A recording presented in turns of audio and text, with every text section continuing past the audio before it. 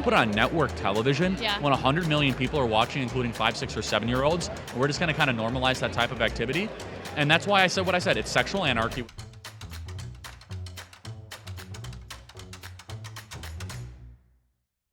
My guest today is Charlie Kirk, the founder and president of TPUSA. Charlie, thanks so much for joining us Honored today. to be here. Thank you. So I'd love to dive right into what's been going on with you lately. Okay. I think you caused a little bit of trouble during the Super Bowl. You want It to was tell a us great about night. that? Yeah, I mean, look, I'll never apologize for defending the innocence of children, which the left has always tried to get rid of the innocence of children. And there's this Super Bowl halftime show that I guess people liked, whatever. I wasn't making commentary on the music.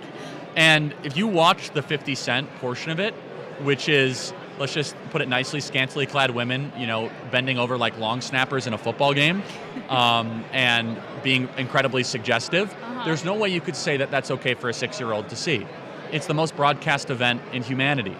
120 million people are watching. Why do you think that kind of content is being put out there? Well, I think that the left wants to continue to hyper-sexualize all activity. And it's one thing if it was like behind a paywall or if it's like HBO Plus, like I'm not going to tweet about that, like whatever, okay?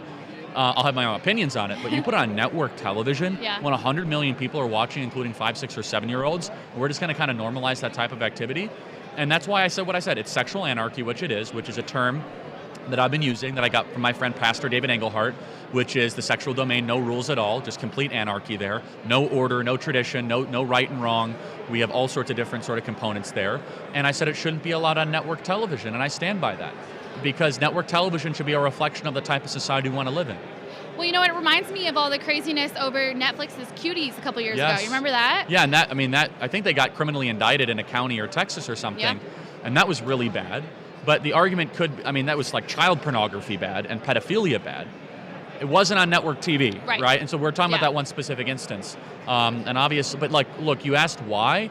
Going back to Huxley's prediction of everyone belonging to everybody and sexual restraint kind of getting completely eroded, it's been a deliberate goal of the left post-1960s to make sexuality something that is not private or sacred, but instead widespread and normalized. And that actually creates really miserable people in a chaotic society. And that's so interesting because, we see so many examples of what you're talking about. Hookup culture is so prevalent, more and more gender ideology, pushing for children to think of themselves as a different gender as young as a toddler. That's right. Why do you think that so much of this is being pushed on our youth, and what effect will it have on the coming generation? Yeah, I'm unafraid to say this is being organized on a supernatural level. It's a spiritual war, no doubt. The enemy wants to have people declare war on their biological reality and take them away from things that actually give them meaning and purpose. And so I think that this is being organized on a supernatural level. People think that's insane. I say it, well, I'm a Christian and I stand by it. You can't be a Christian and not believe that, right? So right. That's a metaphysical part of believing in Christianity. But look, it's also that, you asked the why. I think that there is a group of people that have sinned, and we're all sinners, but they somehow want to normalize and institutionalize it and act as if that it's okay. It might be a coping mechanism, I'm not really sure, but there's no way that you could say that, 12-year-olds getting sexual education courses or even having sex in general, or 14-year-olds is good for society. It's awful, it's disgusting, it's wrong. We should say that more. Yeah. And we should try to tell young people, look, you might slip up, you might make a mistake, that's okay, 100% grace, we get it. But try to save yourself from marriage. At least try. Make it a goal. Yeah. That would be good. Yeah, and I always hear TPUSA talking about encouraging young people to get married. And I think that's really interesting, but something I keep noticing lately is, you can get married, but that doesn't mean that it's going to last. So how do we tell young people to marry the right person? How do we equip them to marry a good person? Yeah, that I happen to meet the best person on the planet. I married her. So I guess I'm lucky or fortunate or blessed or whatever. That's a whole separate issue where men are super weak, they become beta males and women don't want to marry them, and women have become men, so they're super angry and men don't want to be with women that are really kind of overly aggressive. And I get that feedback from both sides all the time. Right. And I understand what I'm saying is politically incorrect. I don't care. It's just the way it is.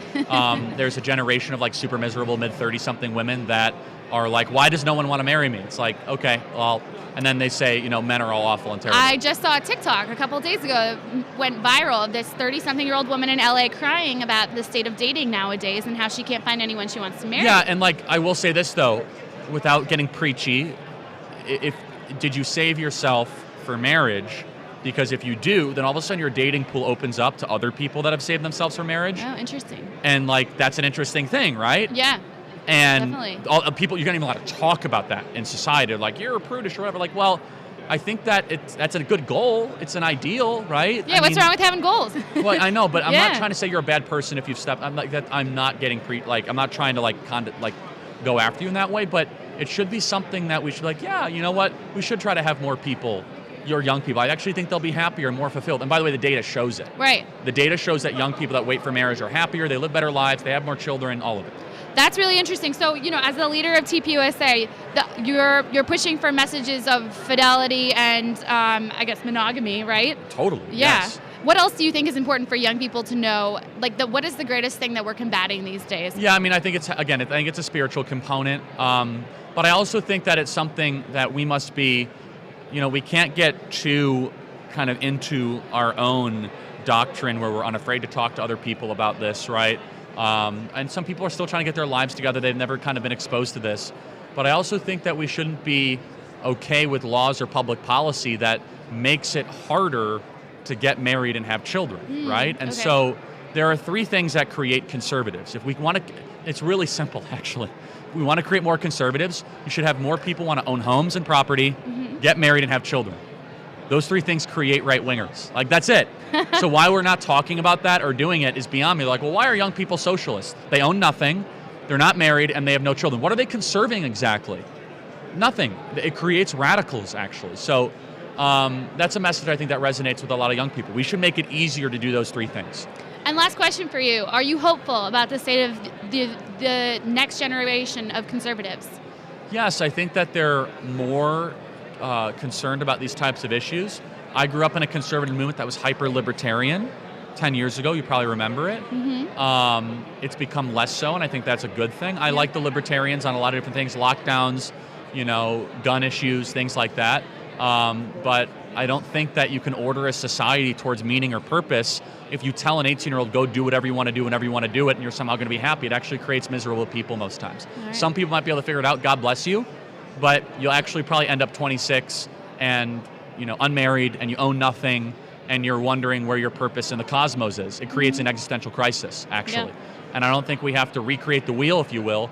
There's thousands of years of biblical tradition that has allowed people to have meaning, which is the three-tied knot of what came before you, what's happening now, what's going to happen in the future. All right. Well, Charlie, thank you so much. We're so grateful for you for chatting with us today. God bless. Thank you.